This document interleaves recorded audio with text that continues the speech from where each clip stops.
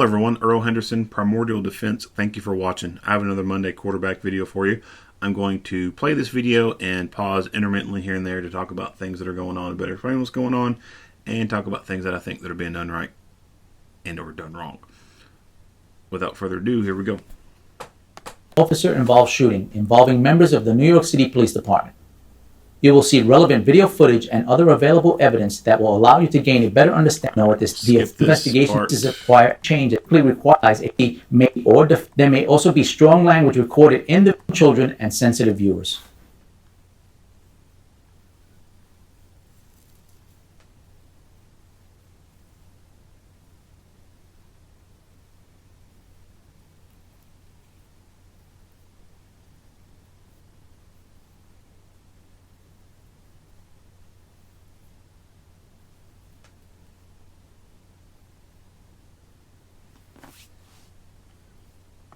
Alright, so this first slide here. So I've already watched this video. I actually did a take previously on it, and the video didn't save for some reason. So I already know what's going on.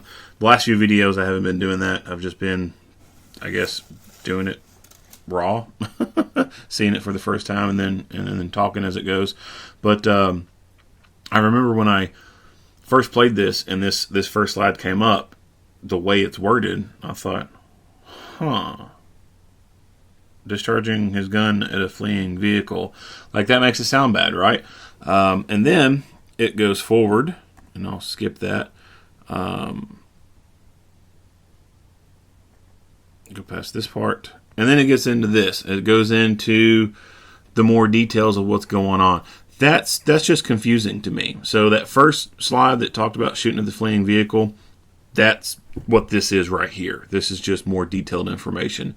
Why they worded that first slide like that, I don't know. I think that's odd, and I just don't get it. Like that sounds like some shit some fucking liberal news agency would put on there. Police shoot a car that took off from a traffic stop. Why the fuck are the police trying to make themselves look bad? Like, that's stupid. This slide, or these slides right here that detail the information, this is the better stuff. This details exactly what the hell was going on. It's not some vague bullshit about a cop shooting at a car taking off from a traffic stop. This gives information about what the hell's going on. The Patrol Bureau, Borough, whatever the fuck you pronounce it, Queens South Public Safety Team. That sounds like a weird name. Like, why the fuck you want to call them Public Safety Team? Why not call them police officers? So this has kind of the painting of some liberal ass administrator or elected officials or whatever wanting to change the appearance or the titles of the police to make them less, I don't know, if they think they're intimidating, to make them seem less intimidating. I don't know, but that looks like a stupid fucking name to me. Why are you going to call them the public safety team? They're police officers. How about just call them the Queens South Police Team?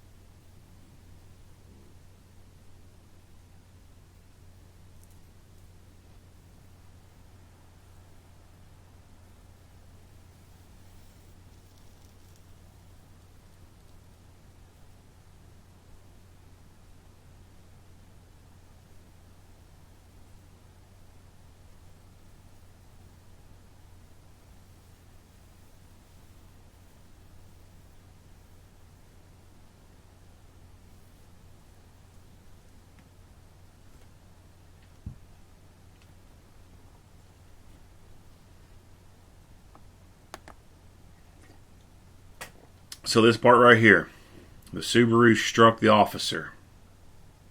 All right, that's some critical fucking information to know.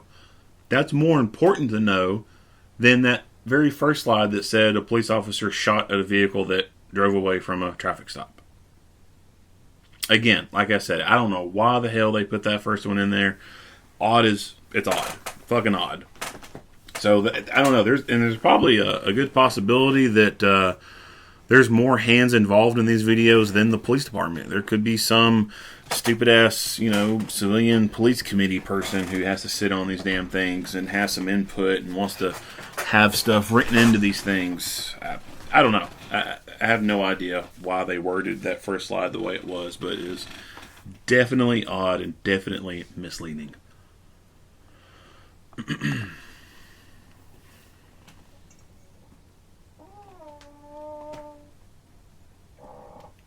That's my office chair.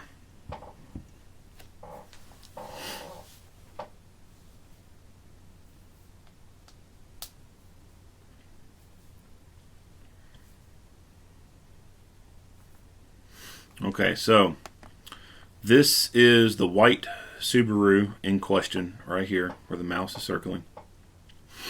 There's some type of convenience store, a grocery store or something. You can see these baskets. Looks like some produce in it, and it's a store. It's people are going in getting stuff. Ice machine sitting out front here.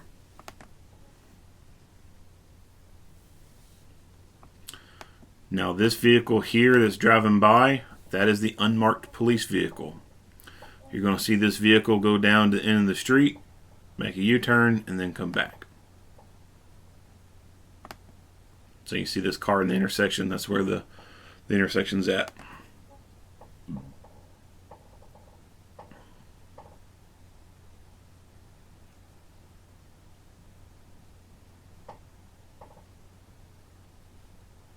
Alright, so he busted the U-turn. Now this vehicle's headlights have come on. So I think that this driver probably saw these officers.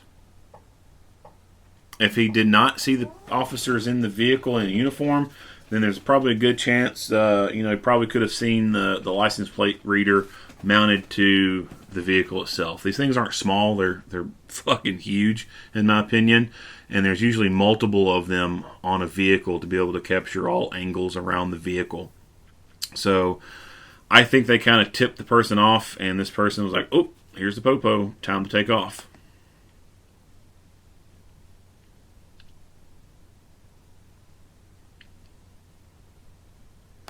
Or it could just be, happenstance timing. And we'll back it up a little bit. So there's a few people here in this store mulling around. We got one guy coming down the sidewalk over here. So you see the police car back here with its headlights on.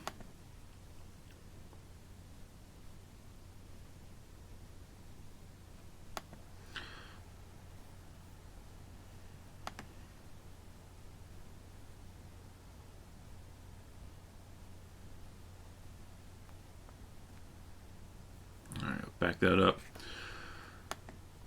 So you got a driver, front passenger, and a rear passenger. So that front passenger runs around to the front of this vehicle, about drives him over, and the officer fired around into that vehicle as he was right in this area.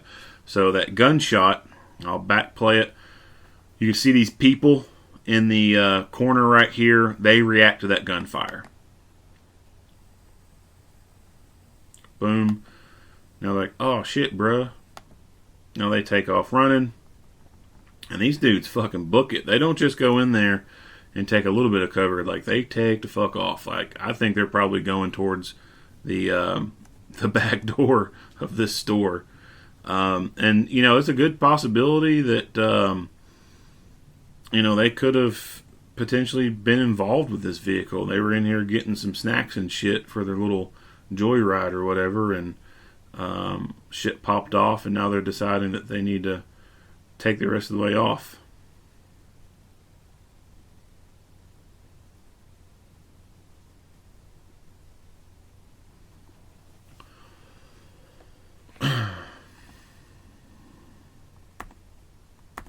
All right.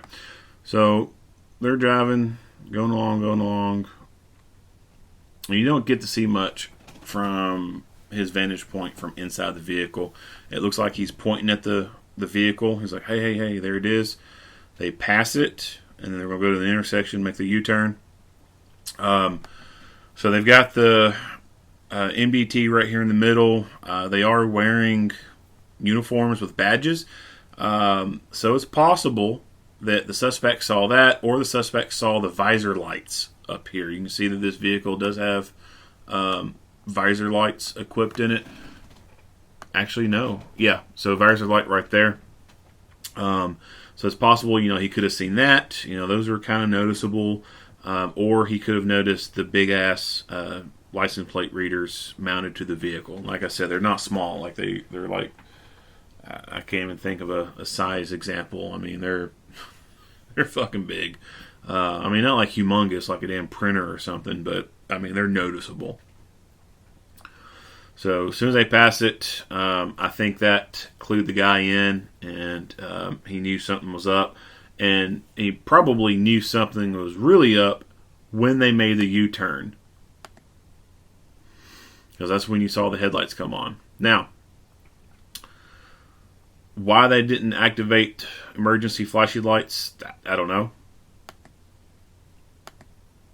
Alright, let's see if I can back this up.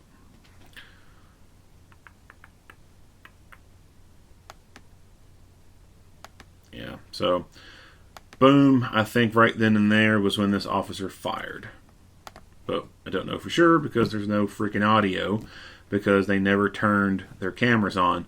And all of what we see is just the pre-event buffer. So they turned their cameras on at some point within, the 60 seconds of this or whatever. But it was obviously well after the shot had been fired. So, body cameras, they are good, but they're only helpful if they're fucking turned on. So the only thing that is helping them in this moment is the pre-event buffer. It is so the way the body cameras work is they're in standby mode when they're being worn. There's a lot of people, I think, that incorrectly believe that a body camera is like recording the entire damn time that it's being worn. That's not the case. Now there may be some agencies out there that really do that. If they do, they're they must not be getting into a lot of stuff. I don't know. I think that's kind of stupid to do that. But the way that these things work is they're turned on, but they're in standby mode. So it's kind of like think of like a video camera, like an old school video camera you got sitting on a tripod. It's powered up, it's on, but it's not recording anything until you hit the record button. But the cameras, while they're in standby mode, are technically recording and deleting at the same time in a loop. And that's the pre-event buffer. So the standard pre-event buffer is for 30 seconds. With these Axon body cameras, you can increase or decrease that. But let's go with the 30-second cycle. So for a 30-second buffer, basically this camera is continuously recording all the time, but also deleting all that footage that it records, and only keeps 30 seconds of footage on hand when you press that record button and turn the camera on actual recording mode. It freezes that 30-second loop and attaches it to that file that you just now created when you hit the record button. And then the camera will continue to record until you turn it off or the battery dies in it, and then that file stays saved. So that's the best way I can explain it. I'm sure probably someone else can explain it a lot better, but that's what you're seeing right now in this footage is the pre-event buffer capturing the video. So at some point he turned this camera on. We just don't know when, because we don't get to hear the audio kick on. When you hear audio kick on, that's when the camera's being recorded or hit the record button. Now, not all the time. The Axon body cameras, you can include audio in the pre-event buffer, but that eats up power. That decreases its battery life and everything when you do that, because now it's having to compute a lot more with audio than just video. Anyway, going into some technical babble ranting. Somewhere at this point, I think as his sleeve kind of comes into camera view and the lights kind of hit the lens and kind of blur things out, that's when he shoots his gun.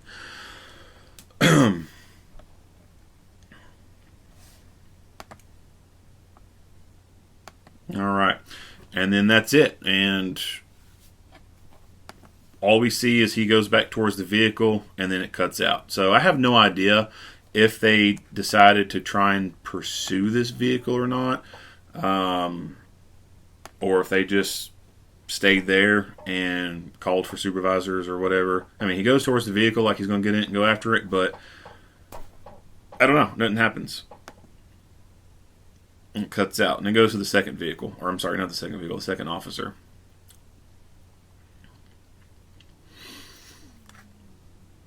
Alright. So at this point, in my opinion, they should have just fucking went in and went bumper to bumper with this guy instead of driving past and doing the whole U-turn bullshit and tipping this dude off. I'll get into that later. I'll just talk with this one right now. Alright, so portable radio. I gotta feel a sneeze coming on. Excuse me. So, portable radios. New York is very unique when it comes to two-way radios. Them in Los Angeles seem to be pretty similar to each other in how they operate two-way radios. For the most part, the patrol officers do not seem to believe in the portable. I'm sorry, not portable. The remote microphones, the little cord that attaches to this thing that you see, and has a little box that you can click to your shoulder or clip to your shirt or whatever. They don't seem to believe in that shit, because I barely ever see any of them using it. They all have these portable radios that they're always holding in their hand. And sometimes a lot of them have their antennas bent over and tied in place with a freaking rubber band. In New York, from what I can tell from a lot of the videos, it doesn't appear to me as though hardly any of their cars have mobile radios installed in them. It's like they all rely on portable radios. Why that is, I don't really know. It might be a tradition thing, because I would imagine that New York, being as big as it is, was probably one of the very first agencies in the nation to get portable radios, and they've been using them before the remote microphone was ever invented, and because it's a larger agency, they get involved in more shit on a more regular basis. They probably have gotten into so many fights and had so many of those remote microphones fall off, but become unclipped from their shirts, that they probably said, oh, these things suck. They don't stay on. They're worthless. Just take them off the radios and just keep the radio itself.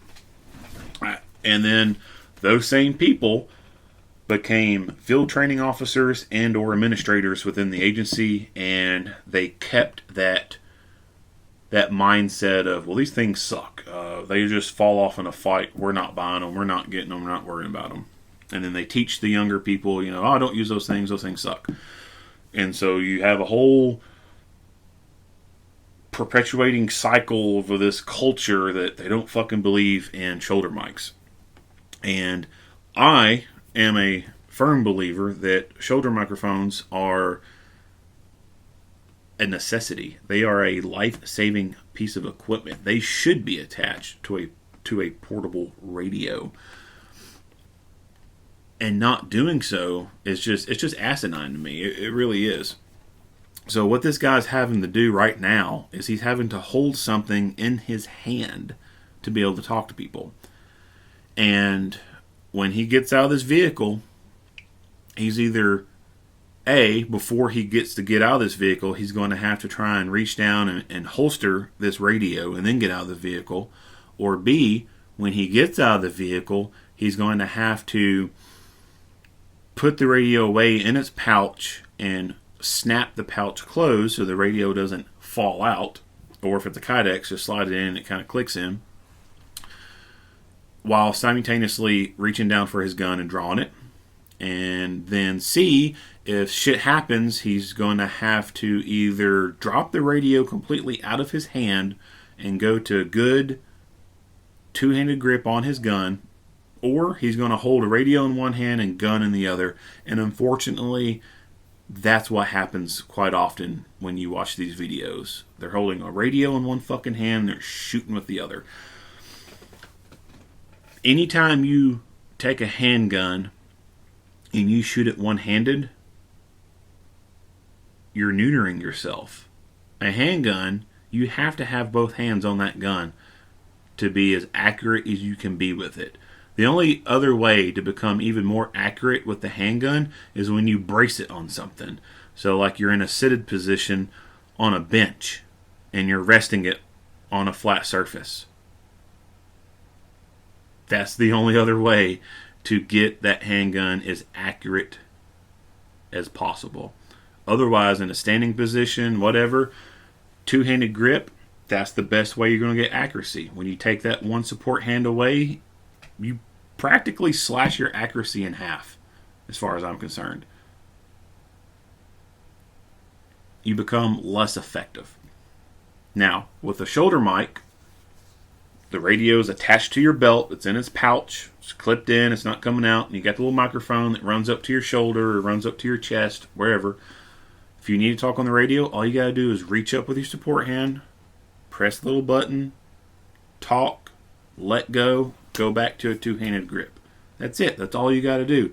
You don't have to reach back down, trying to put this radio in the holster, trying to find the holster itself under stress, get it in there correctly. If you've got the swivel mount thing on there, you're not having to try and guide it into that tiny little opening just right and then get it, in and rotate it down so it locks in place. You're not having to fuck with none of that bullshit if you have a remote mic on. You got the remote mic, you just reach up, click, talk, unclick, go back to using your hand.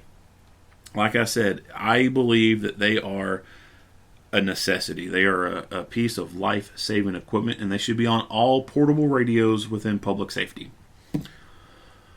But what I said earlier about, the old school guys creating this culture, that's just the way it is in a lot of places. It really is. A lot of places operate off of a, well, this is how it's always been done kind of mindset.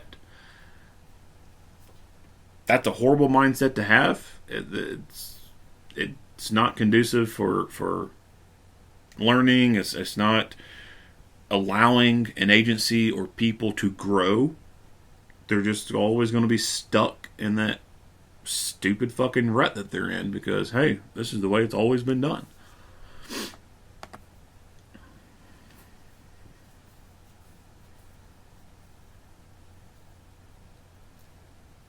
So they make the U-turn. Now they're about to roll up on dude.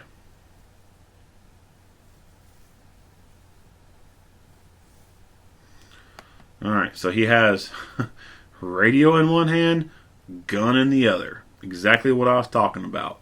This is stupid. Like, this is fucking dumb.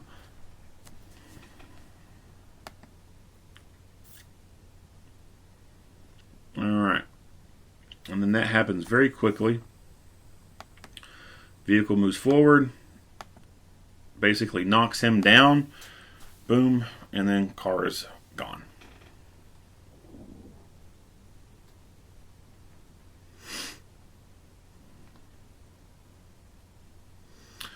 Here is the rear passenger. So, one thing that I've noticed about New York is there's a lot of their patrol cars that have like 3 or even 4-man patrol cars.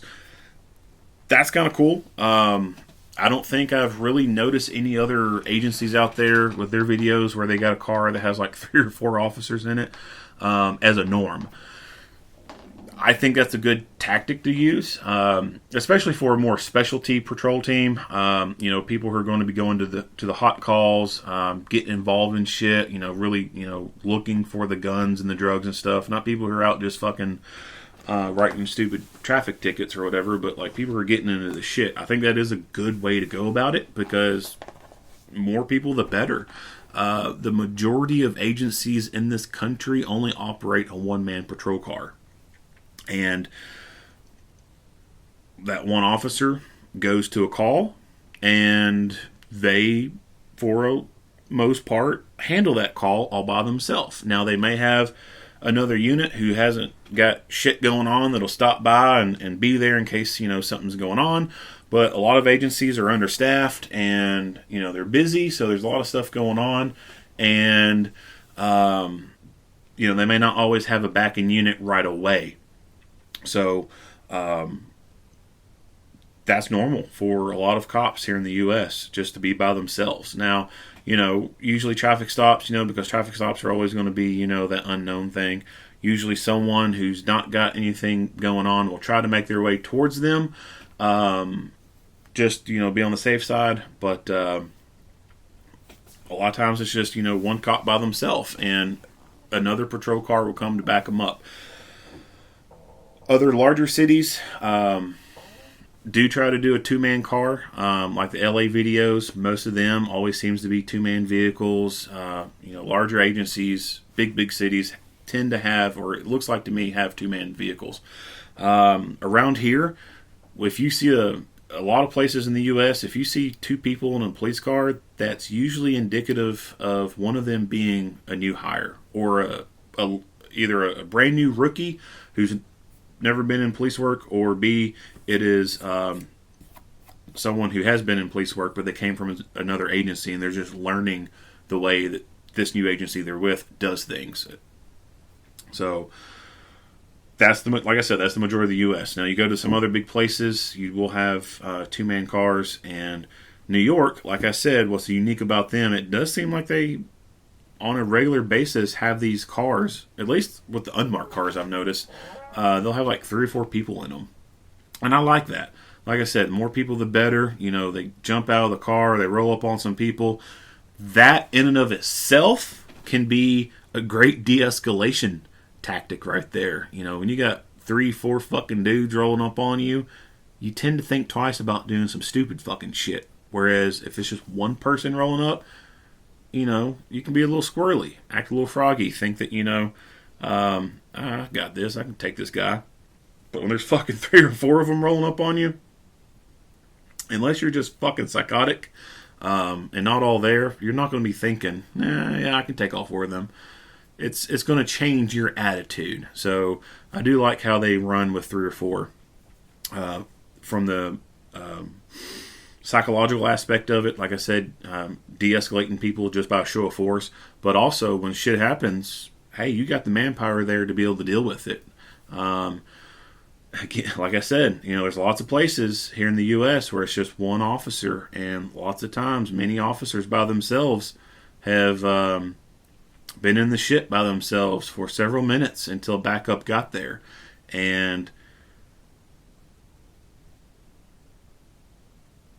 there's some officers who've died because of that. They didn't have backup get there in time, and they lost the fight. And had it been 2 of them there, probably had a greater odds of winning that fight and them not dying in that fight. Now, there are videos out there where you see 2 or 3 officers on a scene, and then one ends up dying. So I'm not saying that just because there's 3 there, no officers are going to die. Shit still happens. But for the most part, a lot of these incidents where it's just a single officer getting involved in shit and then they die, when you break it down and you look at what's going on, there's a lot of them where there's probably a pretty good chance if a second or third officer was there, that bad shit wouldn't have happened. So, unfortunately, a lot of places across the U.S., they just cannot afford to put 2 people in a car and have them cover the entire city or county. There's a lot of places, and a lot of people don't realize this, but there's a lot of places across the U.S. where there's only one fucking cop. One cop working.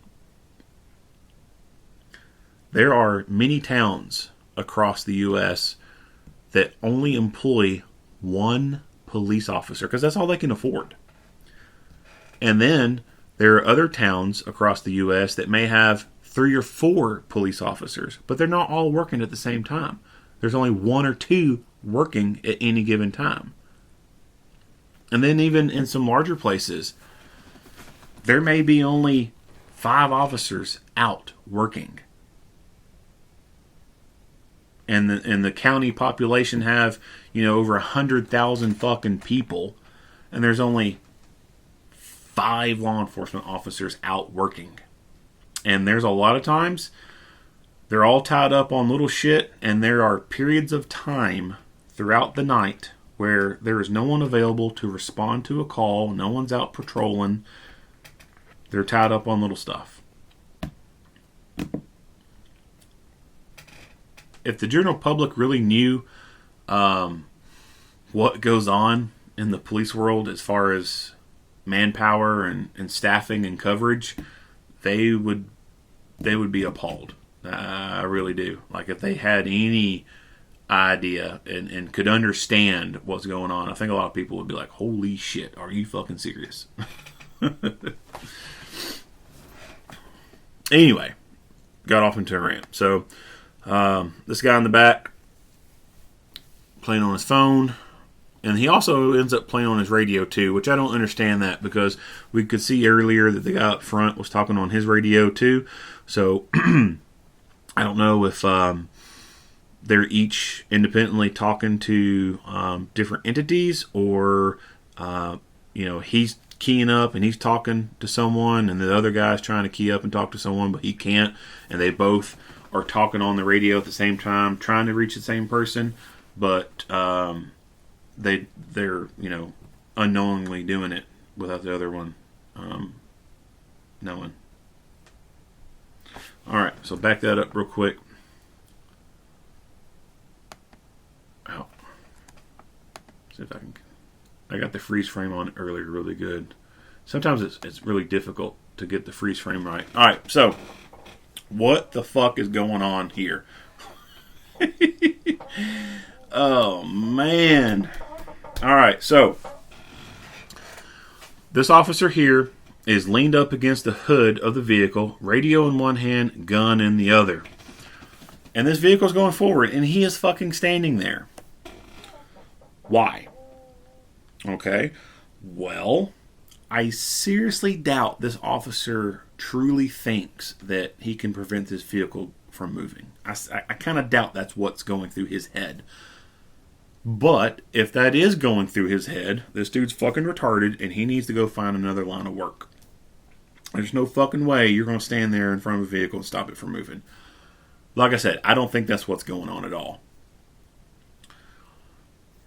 The 2 options that are possible here, why he's standing in front of this vehicle like this as it's moving forward.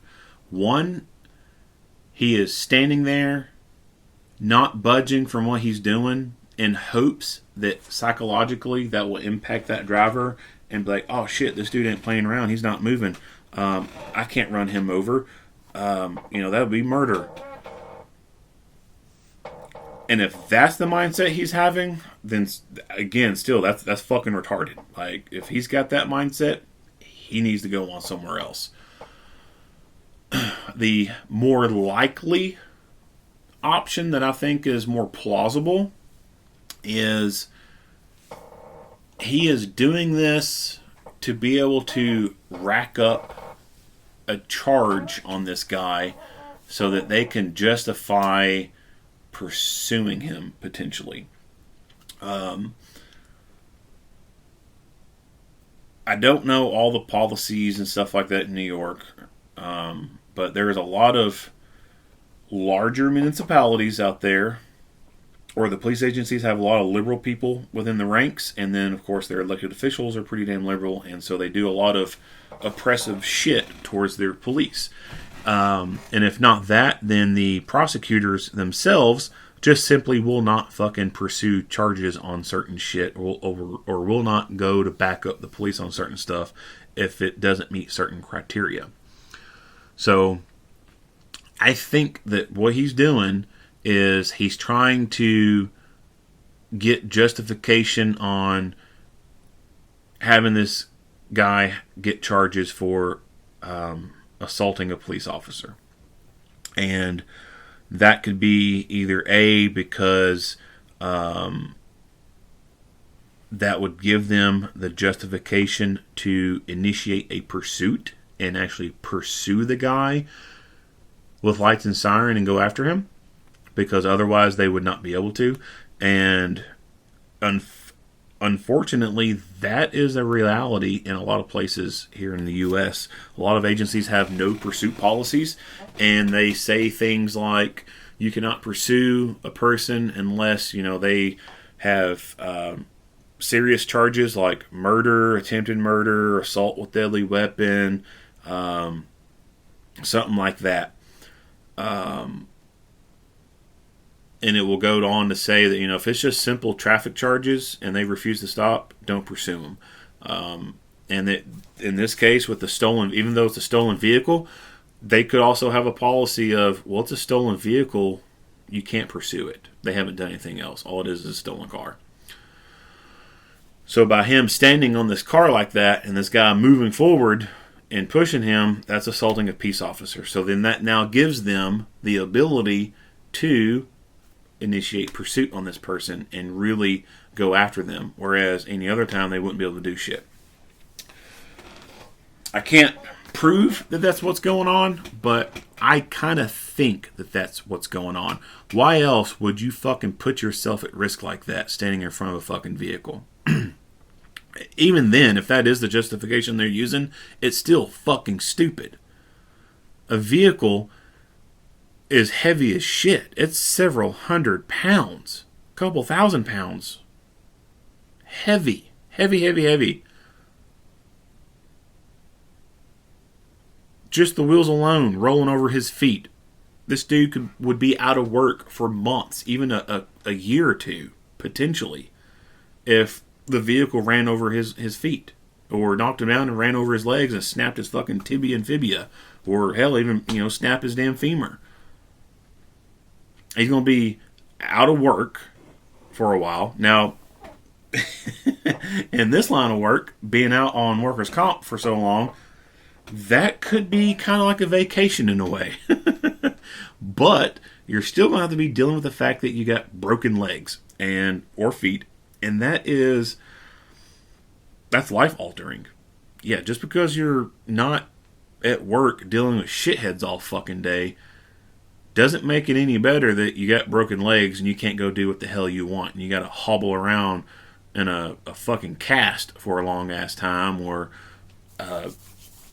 be in a wheelchair, or have one of those little rolly things that you prop your knee up on and roll around with it, or wear this thick ass boot, whatever. Like, that's some fucking life altering, debilitating bullshit. Like, there's no comfort of life like that. Like, that sucks. So the juice is not worth the squeeze, in my opinion, if that's what's going on. And aside from, the vehicle causing very serious injuries like that, it can fucking kill you. If he got knocked down and then the rear of that vehicle rolled over top of him, rolled over his pelvic region, rolled over his stomach, his torso, his head, he's either going to be fucking dead or he's going to be wishing he was dead. That's the reason why the use of deadly physical force is justified when a person is in a vehicle and is coming towards you and trying to fucking run you over. That vehicle, in that context, becomes a weapon. It is a dangerous instrument. Lots of people are killed by being ran over by vehicles. They're heavy. And even if it rolling over you the first time doesn't kill you, then depending on the size of the vehicle, if it has a very small clearance, it could be resting on top of you and preventing your chest from being able to expand when you breathe. And you could die from positional asphyxiation. And I don't give a fuck how strong you are. I don't give a shit how many times you go to the gym, how much fucking creatine you got sitting on top of your damn fridge. You're not lifting no fucking car off of you. It ain't fucking happening. Lots of people have died that way, just from a car sitting on top of them and preventing them from breathing. And then, the undercarriage. There are certain parts under the vehicle that are hot. Several hundred degrees hot. It will fucking burn you. So on top of potential crush injuries and tear injuries, now you've got burn injuries. I mean, imagine the car running over you and the bottom of the engine resting on top of your fucking face. If alone it's not crushing your skull, if it's just, resting right there, just close enough to burn you, well, now half the side of your fucking face is going to be burned off and you're going to be looking like the fucking dude off Batman. Harvey Dent, can we trust him? Yeah, vehicles are dangerous as shit. So, whatever reasoning this guy has in his head for standing here, trying to prevent this vehicle from moving, is fucking stupid. That's dangerous as shit. That alone right there should land him with a suspension. Damn, I can't say that word. That's dangerous as shit. Like, no one should fucking be doing that. Don't be hanging around the front of the vehicle like that trying to stop it. That's stupid as shit. Now, granted, the person in the vehicle who stole the damn car, or who is driving the vehicle and it being stolen, and they didn't steal it, but they know it's stolen, they're still stupid too. And the first officer who did fire, I wish that round would have made connection. But this right here is dumb. Fucking dumb. No reason for this. No good reasoning for this whatsoever. Way, way, way too much risk. And furthermore, as he's standing right here and this vehicle's moving forward, why the fuck didn't he shoot? He's got his gun out. All you gotta do is point that damn gun through that windshield and start popping. Yeah, laminate glass is going to cause deflection. The rounds aren't going to be super accurate. But he's super close. He could have started mag dumping into this vehicle if he wanted to. And he should have. The minute he came up on this vehicle and it ran forward and came into contact with him is the minute he should have pointed that muzzle directly at that driver and just fucking pop, pop, pop, pop, pop, pop, pop, pop, pop, pop until either A, the car stopped, or B, the fucking gun ran dry. Same with the other officer here, the first one, who came up to the window. For all I know, I think it's just he fired one round. No, He came up. When he was coming up, he could see this vehicle moving forward. He knew this officer was being fucking pushed by this vehicle. As soon as he cleared this officer's line of sight here and came on the other side and had good line of fire on this guy, he immediately should have started firing. And the same thing. Fire until A, the vehicle stops, or B, the fucking gun runs dry, and then get that bitch back in the fight. And keep fucking dumping rounds. Stop the threat. But none of that happened.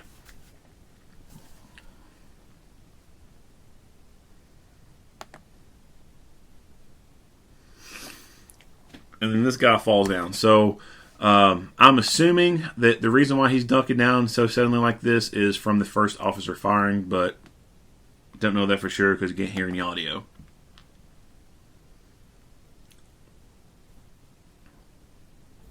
In the coming weeks and that's it for this. If you like what you hear and see, go ahead and give me a like and a share. If you have not already, hit the subscribe button and stay tuned for more Monday quarterback videos. Earl Henderson, Primordial Defense. Thank you for watching.